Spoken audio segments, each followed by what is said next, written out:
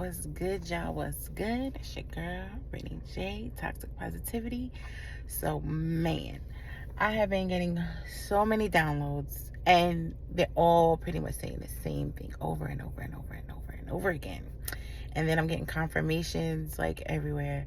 So, let me just start off with the last download. It's like just goes with the theme that I was talking about before. You've always been the MVP. So, for some reason, Spirit still got me on football. So I'm hoping I could remember everything. I wrote it down, but I don't have my notebook with me. So I'm trying to just go off of memory. So anyway, the vision they gave me was, because like we know this is a game, this is a simulation, right? And like the last video I was talking about as far as like women, but specifically Black women in America, but all women. This is actually for all women. This is for all people, period. But, the vision they gave me was, we're in a game, football game. So we've been always taught that men are the head, men are the leaders, and that's not how historically it's been. And this actually even goes back to a video that I've done previously, like one of my first videos as far as going against nature. So nature Mother Nature is the true provider. She's the provider of everything. Like everything that we need comes from earth, comes from our mother, right? So let me just go back to the first vision, the vision that they gave me. So the women are the quarterbacks. Like that's like the team captain. Don't get me to start. I don't know much about football. I'm just going with the vision they gave me. Quarterbacks are usually the team captain, right? So the vision they gave me was that we're all in this game. So you have the owner of the team. You have the coach. Then you have the players, right? Okay. So the vision they gave me was the only people or the only person who knows what's really going on in the game is the owner. The players and the coach don't really know what's going on. They're just in the game. They don't know like the back end of the game. So like, okay, perfect example. Like I'm trying to do this right. So the coach is our parents, our grandparents. They've played the game, but now they're retired. So now they're coaching us through the game, right? So they played the game. They either mastered it or they played it and now they're just teaching it or coaching us or whatever, right? So they're not perfect. They have experience, right? So some coaches are phenomenal. Some coaches are just doing it for the check. Some coaches are doing it for the love. Like coaches do things for the different. Some do it for the recognition. So the coaches are doing it for different reasons, right? So depending on what kind of coach you are is going to be determined by the kind of players that you have. Majority of our coaches were not great coaches, right? So therefore, the players are not great players yet, right? So like I said, the vision they gave me was we all have amnesia. We don't know our position. So, or we know our position, but we don't know the power of our position. So the women are the quarterbacks, right? They're the ones who run, take the field, like just go for the goal, right? So like they have the vision, they have the plan, they go for the touchdown, right?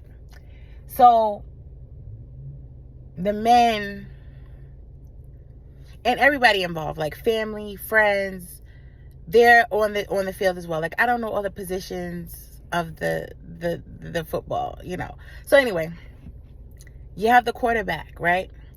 So I'm trying to simplify this as much as possible. The quarterback doesn't know that they're the captain. They just know that they have to go to the goal, and they're running and they're dipping, they're dodging, they're flipping, they're doing all kinds of things just to get to the goal, right? So that's where we're at now. Women have been doing this for decades now. And we've been doing this with no protection from the team. So I don't know what linebackers. I don't know the positions. So whoever, the men is supposed to be the linebacker. Whoever's supposed to protect the quarterback is not protecting the quarterback because they don't know how important the quarterback is. They just know that the quarterback is always running, like they always going. So they're like, oh, well, they got it. I don't got to protect them. They got it. So they're just worrying about whoever else is on the field. They're not worried about protecting the quarterback because they don't know how valuable the quarterback is. They just see the quarterback doing their thing and they're like, oh, they don't need my help, or I don't see how I'm of value to them, or whatever, or I don't see them as valuable because like they just doing what they got to do. They're doing what they're supposed to do. So that was like the vision. I'm messing it up because it's not coming out the way I said it, but that's pretty much it is. Like nobody's remembering how, like, their positions. The quarterback is doing too much and the rest of the team is not helping the quarterback because they don't know. The coaches didn't give them the right tools to play the game properly, basically. So like, let me take it out the sports term. And this is something I even said before I started becoming more spiritual, and even before I became a mom. It's not like a realization that I had, is a lot of us, even our parents, that's what I said, like, I notice patterns in generational curse breakers do notice the patterns. Like when I was growing up and when my mom was growing up, everybody was like coached or taught that you need to get married, you need to have kids, get a good job, yada, yada, yada, right? Like everybody pushed this narrative of marriage. Like you need to have a partner, right? And nobody taught self-development. Nobody was taught to develop themselves to be a whole person. It's like they coached us to go be a counterpart or be another half of somebody who's not whole. And sometimes it's not even being like, you're not even half. A lot of us be completely empty. Like you don't even have half to bring to another half. You know what I'm saying? And then that is how people in relationships get depleted, because you have nothing in you to even give to another person. You know what I mean? So like, that's one thing I stress with my kids. Like I don't try to push them into like, oh, you have to get married and have to have kids. Like, no. My thought process is develop yourself. My son and my daughter. I don't want my daughter dependent on no man, and I don't want my son dependent on no woman. You depend on yourself. You need to become a whole person before you go and pursue somebody else or get pursued by somebody else.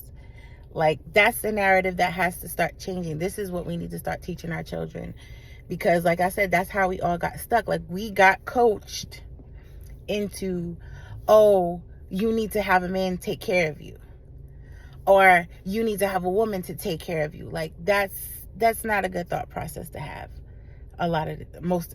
Period.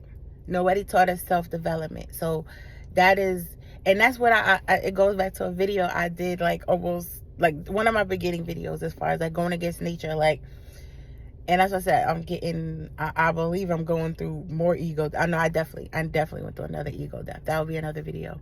I definitely had another ego death this week. I had a good realization. Like, people talk about how bad ego deaths are, but I pretty much enjoy it because it just shows me my growth, and it shows me like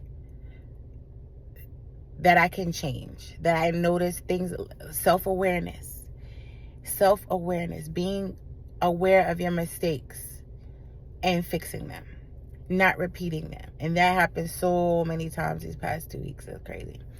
But yeah, back to what I was talking about as far as like being self-aware and self-development. And to me, I've always been about that. And like, people used to make fun of me because of this, and I'm like, you're making fun of me for something that you don't understand. Like, I went to school for a lot of different things. I had a lot of different jobs. And people think, oh, since you quit it or whatever, like, oh, I didn't finish this. Yeah, sometimes it's not a bad thing. Like, maybe that is a bad thing that I didn't finish all of them. or whatever, but I still got the experience. I still have the knowledge. I still have the experience. So whether I finish it or not doesn't matter to me. Like, and to me, like, that's the thing with this matrix and certain people. Like, they feel like they have to accomplish these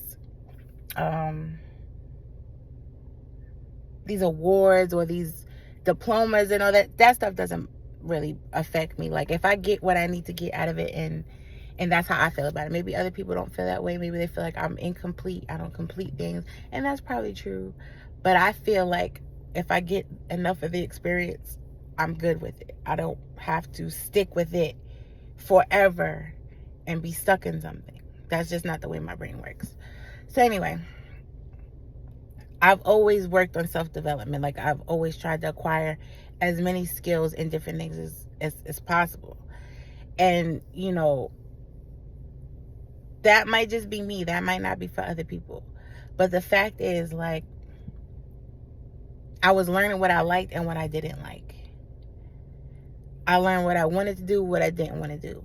You know what I'm saying? So instead of just doing stuff what people wanted me to do, like my parents wanted me to go to cosmetology and I didn't want to go, but I did it. I didn't want a career in that. I didn't want to pursue that, but I did because that's what they told me to do. That's what other people were telling me to do. And this is why I say, like, getting that outside validation. Like, yeah, it was a good experience. It was a bad experience. It was an experience. I'm not going to say it was the best experience, but it was an experience that I went through.